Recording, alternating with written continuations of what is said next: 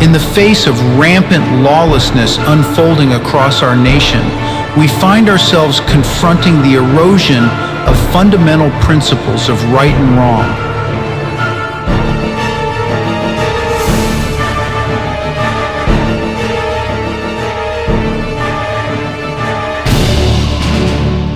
The very fabric of our societal foundations is unraveling, presenting a disconcerting spectacle before our eyes. So you may ask the question, what can we do about it? David in Psalm 11 asked the very same question like this: if the foundations be destroyed, what can the righteous do?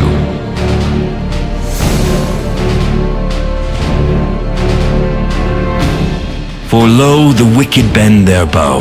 They make ready their arrow upon the string, that they may privily shoot at the upright in heart. If the foundations be destroyed, what can the righteous do? The Lord is in his holy temple. The Lord's throne is in heaven. His eyes behold. His eyelids try the children of men. The Lord trieth the righteous, but the wicked and him that loveth violence his soul hateth. Upon the wicked he shall rain snares, fire and brimstone, and an horrible tempest. This shall be the portion of their cup. For the righteous Lord loveth righteousness. His countenance doth behold the upright. The foundations are crumbling, that's clear. It's crucial to recognize that there is a God in heaven who observes all the deeds of both the wicked and the righteous.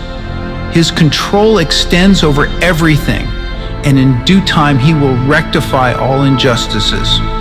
Our role in this tumultuous journey is a continuous commitment to prayer. As Jesus firmly stated, men ought always to pray and not faint. Reflecting on the story of the unjust judge and the persistent woman seeking justice, Jesus overtly said that if such a wicked, godless judge could relent to her request, how much more would God swiftly avenge his own? And shall not God avenge his own elect, which cry day and night unto him, though he bear long with them? I tell you that he will avenge them speedily. The future of our country remains uncertain, and I, like many, am uncertain about the Lord's will. However, my prayer has been consistent over the years.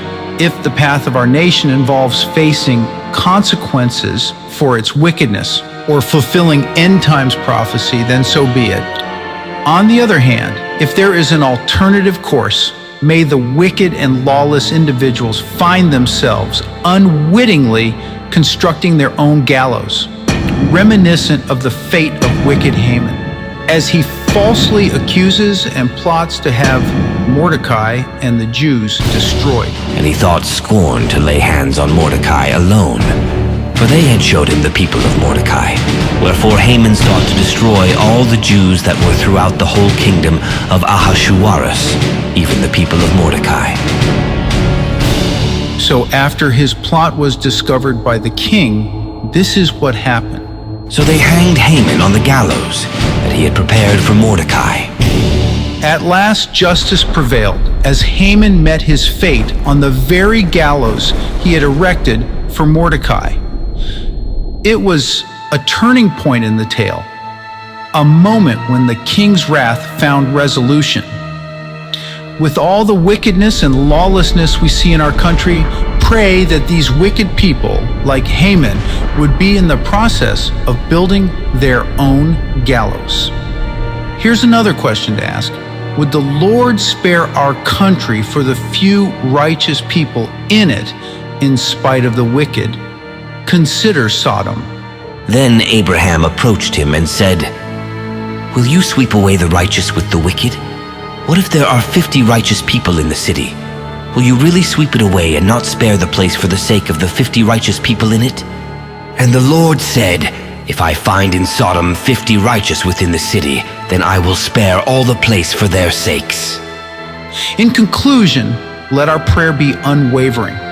Let us pray continually, never losing heart, that the Lord will swiftly bring about justice, imploring that those engaged in wicked deeds find themselves facing the consequences, much like the fate of Haman. Above all, let us beseech the Lord for mercy upon the righteous inhabitants of our land, as in Sodom. And lastly, aligning our prayers with His holy will and divine purposes.